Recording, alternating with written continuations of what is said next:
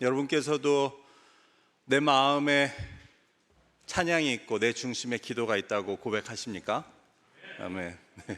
우리 성가대가 입술로 찬양하고 또 우리 듣는 이들은 모두 마음으로 고백했을 텐데 그 가운데 하나님의 귀한 은혜가 함께 하시기를 주님의 이름으로 축원합니다. 제가 대학을 다닐 때 저희 과에서 선배들에게 설문조사를 할 일이 있었습니다. 그래서 그것을 제가 맡았었는데 그 질문 중에 하나는 이런 것이었습니다. 당신이 지금까지 읽었던 책 중에 가장 감명 깊었던 책은 무엇입니까? 설문조사에 가장 쉽게 나올 수 있는 질문 중에 하나죠. 그런데 저랑 친했던 선배 한 명이 거기에 이렇게 답한 기억이 있습니다.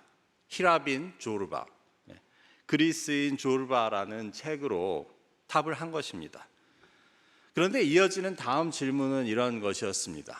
그 책이 그렇게 감명 깊은 이유는 무엇입니까? 거기에 그 선배는 이렇게 답했습니다. 그걸 제가 조사하는 줄 아니까 너도 읽어봐 이놈아. 그런데 중요한 것은 그로부터 30년이 지나기까지 저는 아직 그 책을 안 읽었다는 것입니다. 여러분 혹시 읽어보신 분 계십니까? 네. 그런데 그 책이 궁금해서 제가 이제 책장을 넘기던 중에 이런 구절을 보게 되었습니다. 이는 그 주인공 조르바가 그를 고용한 주인에게 이제 보내고 있는 편지의 내용입니다. 제가 한번 읽어보겠습니다. 언젠가 당신에게 이런 말을 한 적이 있죠, 보스. 사람에게는 저마다의 천국이 있다고 말입니다. 당신의 천국은 책과 큼지막한 잉크병이 가득한 곳일 테고 다른 누군가의 천국은 포도주와 우조와 꼬냑병이 가득한 곳일 테고 또 다른 누군가의 천국은 영국 파운드가 산더미처럼 쌓인 곳이겠죠. 나에게 천국은 이런 곳입니다. 색색의 드레스며 향기나는 비누며 더블 침대가 있는 방과 여인이 내 옆에 누워있는 곳 말이요. 이 편지에서 주인공은 저마다의 천국에 대해서 이야기하고 있습니다. 사실 이 주인공은 신을 믿지 않는 사람입니다. 그럼에도 그는 하나님을 모르지만 천국을 이야기합니다. 그래서 그가 말하고 있는 천국은 자기가 가장 좋아하는 것들로 가득 찬 곳이었습니다. 책을 좋아하는 사람에게는 책이 가득 찬 곳이 천국이고 또 먹을 것을 좋아하는 사람은 맛있는 음식으로 가득한 곳이 천국이라고 하듯 말입니다. 그렇다면 여러분의 천국은 어떤 곳입니까? 나한테는 무엇이 천국입니까? 내가 바라는 천국은 어떤 곳입니까? 여기서 말씀을 이어가기 전에 잠시 짚고 넘어갈 것은 천국과 관련된 용어의 문제입니다. 우리가 이전에 한번 살펴본 듯이 우리말로 천국이라고 하는 것은 하늘나라라는 뜻인데 이 말의 애초의 성경적인 뜻은 하나님의 나라입니다. 그래서 신약 성경의 모든 다른 곳에서는 다 하나님의 나라라는 말을 쓰지만 단 유대 전통에 있던 마태만은 이를 하늘의 나라, 즉 천국으로 표현한 것입니다. 그래서 우리말 성경도 보면 천국이라는 단어는 마태복음에만 나오고 다른 모든 곳에서는 하나님의 나라라고 쓰고 있습니다. 그래서 오늘 설교에서는 천국이라는 말이나 하나님의 나라라는 말은 모두 같은 뜻으로 쓰이는 것으로 생각하시면 되겠습니다. 그래서 다시 제 질문으로 돌아가면 저는 여러분께 여러분의 천국은 어떤 곳입니까? 하고 여쭤보았습니다. 이를 제가 여쭤본 이유는 잘 생각해보면 우리 믿는 사람들도 어쩌면 세상 사람들이 말하는 것과 같은 식으로 천국을 생각하고 있다는 느낌이 들어서입니다. 즉 내가 좋아할 것들만 있고 내가 싫어하는 것은 하나도 없는 곳이 천국이라고 생각한다는 것입니다. 아닌가요? 여러분이 상상하시는 천국에 여러분이 싫어할 것이 하나라도 있다고 생각해 보신 적이 있으십니까? 아마 없으실 것입니다. 그래서 배고픔도 없고 걱정도 없고 복잡한 일도 없고 질병도 없는 곳이 천국이라고 생각합니다. 왜냐하면 우리 모두 배고픔도 싫고 걱정과 염려도 지긋지긋하고 질병도 역시 싫기 때문입니다. 반면에 힘들게 일할 필요도 없고 그냥 유유자적 하나님을 찬양하고 예배하면서 마치 개미와 배짱이 이야기에 나오는 배짱이처럼 그렇게 지낼 수 있는 곳이 천국이라고 저도 은연중에 그렇게 생각하고 있다는 것을 깨닫게 되었습니다. 하지만 예수님께서 말씀하시는 천국이 과연 그런 곳일까요? 오늘 말씀을 통해 우리는 예수님은 과연 어떤 천국을 말씀하고 계신지를 함께 나누고자 합니다. 물론 우리 중 누구도 천국에 대해 정확히 알 수 있는 사람은 없습니다. 하지만 그럼에도 내가 천국을 어떻게 생각하고 있느냐 하는 것은 너무나도 중요합니다. 어쩌면 내가 천국을 어떻게 생각하느냐가 바로 나의 믿음의 성격을 정해준다고 할 수 있기 때문입니다. 그래서 우리는 오늘 예수님께서 말씀하시는 천국을 통해 우리 각자가 생각하는 저마다의 천국을 스스로 돌아볼 수 있는 시간이 될 수 있기를 바랍니다. 오늘 본문을 함께 살펴보면 먼저 어떤 사람이 예수님께 이런 질문을 합니다. 23절의 말씀입니다. 어떤 사람이 여짜오되 주여 구원을 받는 자가 적으니이까? 이 사람은 구원을 받는 자가 적냐고 물어봅니다. 여기서 이런 질문을 하는 것은 바로 앞에 나오는 내용과 관련이 됩니다. 즉 우리는 읽지 않았지만 예수님께서는 바로 앞에서 하나님의 나라는 겨자씨와 같고 또 누룩과 같다고 설명하고 계셨습니다. 그래서 이 사람은 그 하나님의 나라에 들어갈 수 있는 자, 즉 구원을 받는 자에 대해서 물어보고 있었습니다. 그런데 이 사람의 질문에 대한 예수님의 대답은 무엇입니까? 24절의 말씀을 제가 읽어보겠습니다. 좁은 문으로 들어가기를 힘쓰라. 내가 너희에게 이르노니 들어가기를 구하여도 못하는 자가 많으리라. 여기서 예수님은 천국에 들어가려면 좁은 문으로 들어가야 한다고 말씀하십니다. 그렇다면 좁은 문은 무엇을 말하는 것입니까? 예수님께서 좁은 문에 대해서 말씀하시는 곳은 이곳 말고는 단 한 곳에서 찾아볼 수 있는데 그것은 마태복음 7장에 나오는 산상수훈에서입니다.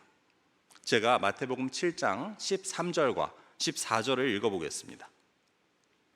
좁은 문으로 들어가라. 멸망으로 인도하는 문은 크고 그 길이 넓어 그리로 들어가는 자가 많고 생명으로 인도하는 문은 좁고 길이 협착하여 찾는 자가 적음이라.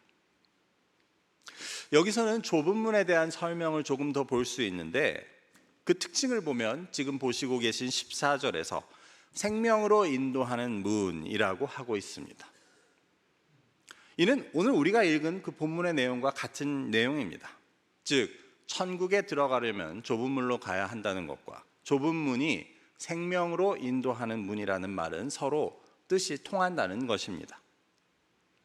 그 외의 특징은 그 문이 좁아서 찾는 자가 적다고 말씀하십니다. 이것 역시 마태복음과 누가복음이 같은 것을 이야기합니다. 마태복음에서는 그 문을 찾는 자가 적다고 하시고 우리가 읽은 누가복음에서도 들어가지 못하는 자가 많다고, 다시 말해 들어가는 자가 적다고 말씀하시는 것입니다. 일단 우리는 여기서 오늘 본문에 나오는 그 사람의 질문에 대한 대답을 보게 됩니다. 즉, 그 수가 적다는 것입니다.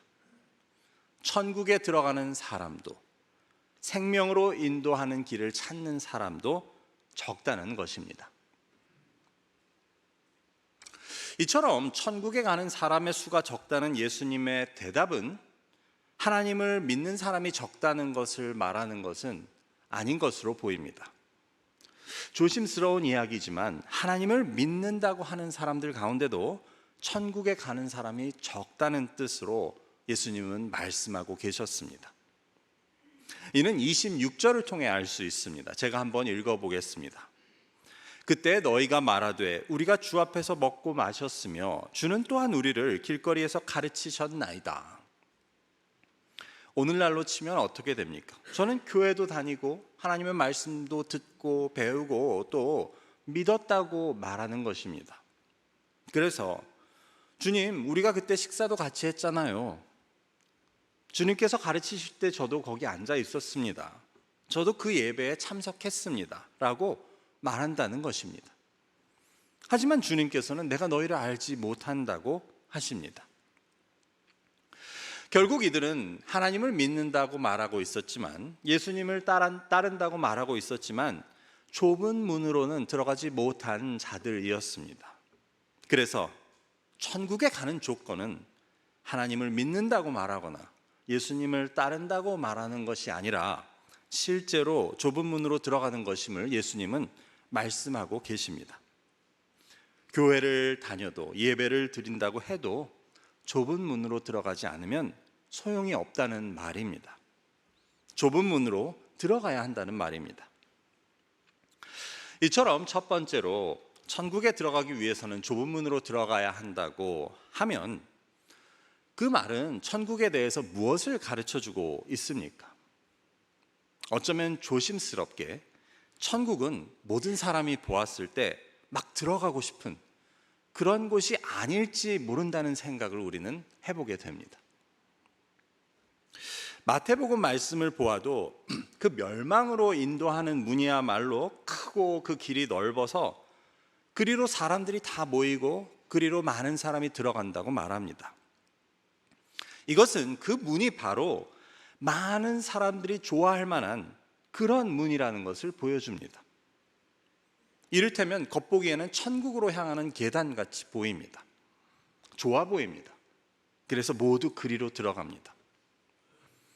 그리로 들어가면 다 잘 될 것 같고 문제도 없을 것 같고 천국일 것 같은 그러한 문이기 때문에 사람들이 들어가는 것입니다. 반면에 막상 천국으로 향하는 좁은 문은 사람들 보기에는 결코 좋아 보이지 않습니다. 그렇기 때문에 사람들이 그리로 들어가지 않는 것입니다. 불편할 것 같고 거기 모이는 사람도 얼마 없고 문도 좁고 길도 좁아서 과연 이게 천국 가는 길인가 싶습니다. 그래서 별로 사람들이 거기로 들어가지 않는다는 것입니다. 한번 예를 들어 설명해 보면 이 좁은 문으로 들어가려면 양보와 희생이 필요합니다. 그래서 한마디로 번거롭고 귀찮은 길입니다. 그리고 문이 좁기 때문에 내가 가지고 있는 것들과 내 중요한 것들을 하나도 가지고 들어갈 수 없습니다. 손에 쥔 것들을 다 문 앞에 놓고 들어가야 됩니다. 내가 가진 돈도 심지어 내 셀폰도 다 버리고 들어가야 합니다.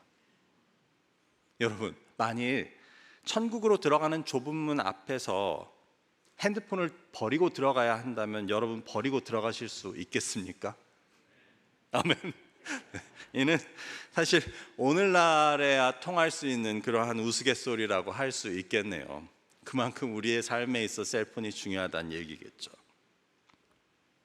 이처럼 이 좁은 문은 불편하고 정말 피하고 싶은 반면에 넓은 문은 내가 원하는 것, 내가 필요한 것은 다 가지고 들어갈 수 있고 또 고민할 것도 없어 보입니다.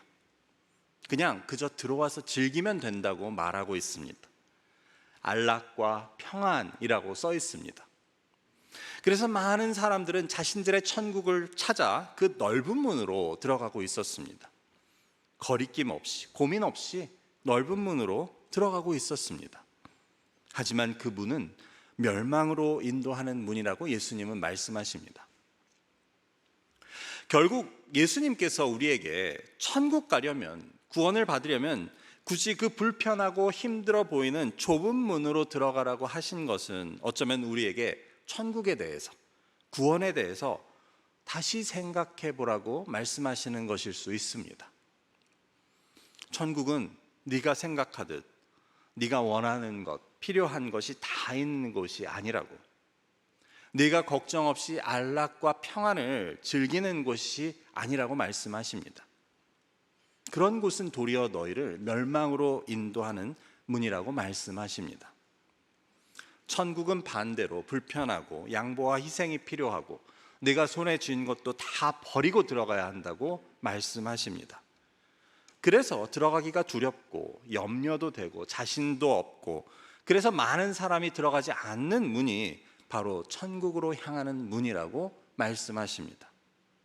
그러니 천국에 가는 자가 많지 않다는 것입니다. 이것은 천국도 그렇고 우리의 구원도 마찬가지입니다. 천국이 우리가 흔히 생각하는 것과 달리 이런 식이라면 구원도 마찬가지입니다. 구원은 나의 욕심, 나의 자랑, 나의 죄, 내가 얽매여 있는 그 모든 것으로부터 해방되는 것이 구원입니다. 그저 죽어서 지옥에 가지 않고 천국에 가고 영원히 사는 것이 구원의 전부가 아닙니다. 구원은 나의 이기심으로부터, 내 만족을 추구하려는 내 욕망으로부터, 내 이익과 내 편의를 최우선으로 여기는 나 자신의 모습으로부터 해방되어 그것으로부터 자유로워지는 것이 구원이라는 것을 우리는 깨달아야 합니다. 그래서 우리가 우리 힘으로는 풀려날 수 없고 그냥 지금까지 묶여 살아왔던 것, 나의 죄와 나의 욕망과 나의 욕심, 나의 자존심, 나의 상처로부터 하나님의 도우심으로 풀려나고 해방되어 자유로워지는 것이 구원이라는 것입니다. 그것이 하나님께서 우리에게 주시고자 하는 구원입니다. 그래서 예수님께서도 구원을 이런 식으로 말씀하십니다. 수고하고 무거운 짐진 자들아 다 내게로 오라. 내가 너희를 편히 쉬게 하리라. 이처럼 하나님께서 우리에게 주시려는 구원은 우리에게 참된 쉼을 주시려는 것입니다. 나의 욕망과 나의 죄, 상처와 자존심, 그 수고하고 무거운 짐을 다 내려놓고 그로부터 자유롭게 진짜로 쉴 수 있게 해 주시려는 것이 하나님께서 우리에게 주시는 구원임을 예수님께서는 가르쳐 주십니다. 이 좁은 문과 비슷한 개념으로 예수님께서 말씀하신 것이 바로 낙타가 바늘귀로 들어가는 비유였습니다. 예수님께서는 부자 청년에게 내 소유를 다 팔아 가난한 자들에게 주라고 하십니다. 이에 부자 청년이 근심하며 그냥 돌아가자 이를 두고 예수님께서는 부자가 천국에 가는 것이 낙타가 바늘귀로 들어가는 것보다 힘들다고 말씀하십니다. 여기서도 보면 천국에 들어가는 것을 아주 좁은 곳을 지나가는 것으로 표현하고 있습니다. 그렇다면 부자는 왜 천국에 들어가지 못합니까? 부자가 들어가려면 어떻게 하면 들어갈 수 있습니까? 자신이 쥐고 있는 재물을 손에서 놓을 때 부자가 천국에 들어갈 수 있다고 말씀하시는 것입니다. 저는 이것을 이렇게 해석하고 싶습니다. 자기 재물을 놓지 못하고 손에 쥐고 있는 한 그는 지옥에 살고 있는 것이다. 하지만 그가 평생을 쥐고 있던 재물을 손에서 놓게 될 때 그는 비로소 천국을 누리게 될 것이다. 그래서 사실 이것은 천국에 들어가고 못 들어가고의 문제가 아니라고 할 수 있습니다. 내가 나의 지금 이 자리에서 천국을 살고 있을 수도 있고 지옥을 살고 있을 수도 있다는 것입니다. 또한 이는 부자에게만 해당되는 이야기는 아닙니다. 내가 무엇인가를 손에 쥐고 놓지 못하고 있다면 그런 모든 사람에게 해당되는 말이라고 할 수 있습니다. 앞서 말씀드렸던 것으로 돌아가 보면 예수님께서 말씀하시는 천국이나 구원은 내가 원하는 것을 갖고 내가 싫어하는 것으로부터 해방되는 것을 뜻하지 않습니다. 도리어 내가 원하는 것으로부터 해방되는 것을 뜻합니다. 나의 욕심, 욕망, 이기심, 자기 만족, 세상의 자랑으로부터 해방될 때 우리는 천국과 구원을 누리게 됩니다. 그래서 부자는 자기가 손에 쥐고 있던, 꼭 쥐고 있던 그 재물을 손에서 놓을 때 구원을 얻게 되고 또한 천국을 누릴 수 있게 됩니다. 그 사람은 자기는 평생을 내 손에 돈이 있어야 천국이라고 생각하고 살아왔지만 사실은 그 돈을, 욕망을 손에서 놓지 못하는 삶은 노예로서의 삶이고 지옥이라는 것을 깨닫는 것입니다. 그래서 그것을 손에서 놓아야, 그로부터 자유로워져야 구원을 얻을 수 있고 천국을 알게 되는 것입니다. 단지 재물뿐 아니라 명예를 내 손에 꼭 쥐고 있는 사람도, 성공이 나에게 천국을 가져다 줄 수 있다고 믿는 사람도, 가족이 행복하면, 내 생활만 좀 안정되면 천국 같을 것이라고 믿어온 사람도 모두 그것이 아니라는 것을 깨닫는 것이 필요합니다. 그런 것들을 여전히 쥐고 있는 나는 지금 넓은 문으로 들어가고 있다는 것을 깨닫는 것이 필요합니다. 그래서 자기가 가장 중요하다고 믿어온 것들로부터 자유로워질 수 있을 때, 손에 쥐고 있던 것들을 내려놓고 버릴 수 있을 때 내가 비로소 자유를 누리고 구원을 얻고 천국을 누릴 수 있음을 깨닫는 것이 필요합니다. 예수님의 말씀 중에 제가 가장 의미심장하다고 생각하는 말 중 하나는 누가복음 17장에 나옵니다. 바리새인들이 예수님께 하나님의 나라는 언제 임하냐고 묻자 예수님께서는 이렇게 대답하십니다. 하나님의 나라는 볼 수 있게 오는 것이 아니다. 또 여기 있다, 저기 있다고 할 수 있는 것도 아니다. 하나님의 나라는 너희 안에 있다. 하나님의 나라, 즉 천국은 볼 수 있는 것이 아니라고 합니다. 또한 천국이 여기 있다 혹은 저기 있다고 말할 수 없다고 하십니다. 대신 뭐라고 하십니까? 너희 안에 있다고 말씀하십니다. 이것은 우리가 지금까지 나눈 내용과 일치하는 말씀이었습니다. 천국은 내 안에 있다는 것입니다. 내가 쥐고 있던 것을 손에서 놓을 때, 하나님 때문에 내가 그렇게 할 때 내 안에는 비로소 하나님의 나라가 임할 수 있습니다. 내가 평생을 손에서 놓지 못하고 꽉 쥐고 있던 것을 내려놓고 버릴 때, 그래서 지금까지 얽매여 있던 나의 죄나 욕심과 자랑이나 자존심, 상처 등에서 자유로워질 때 우리는 천국을 내 안에서 누리게 됩니다. 그래서 천국은 들어가고 못 들어가고의 문제가 아니고 내 안에 있는가 없는가의 문제입니다.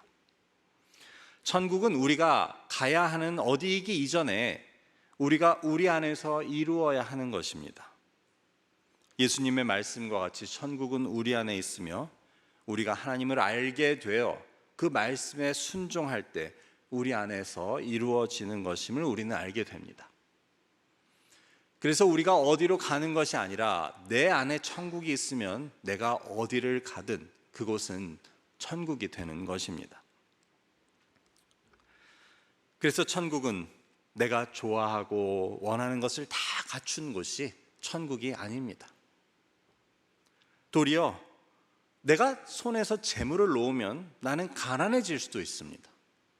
내가 지금까지 붙잡았던 그 자랑을 내 손에서 놓으면 나는 초라해질 수도 있습니다. 내가 내 욕망을 손에서 놓으면 공허해지고 초조해질 수도 있습니다. 하지만 가난해도 초라해도 궁핍해도 공허해도 누릴 수 있는 것이 천국임을 우리는 깨달아야 합니다. 아니, 도리어 가난할 때, 도리어 초라할 때, 도리어 궁핍하고 공허할 때 나에게 천국이 가깝다는 것을 우리는 기억해야 합니다. 그러니 예수님께서는 가난한 자들에게 복이 있다고, 천국이 그들의 것이라고 말씀하는 것이 아닙니까? 애통하는 자, 온유한 자, 의에 줄이고 목마른 자들이 다 복이 있고 그런 사람들이야말로 천국을 소유한 자들이라는 사실을 예수님께서는 이 땅에 오셔서 늘 말씀하고 계셨습니다.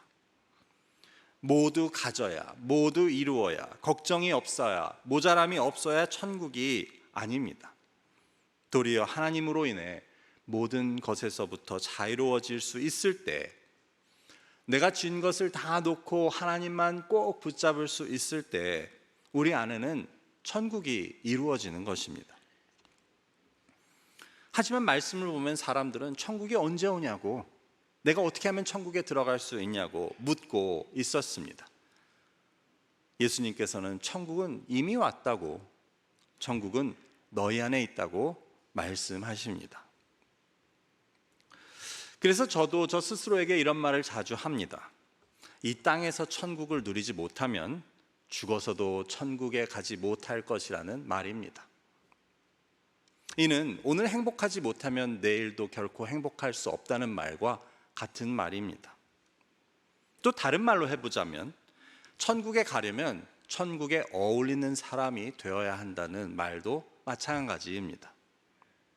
여러분, 제가 욕심과 시기와 불만에 가득 차 있고 늘 걱정과 염려에서 벗어나지 못하는 사람인데, 그런 저를 천국에 딱 갖다 놓는다고 해서 그곳이 제게 천국이 되겠습니까?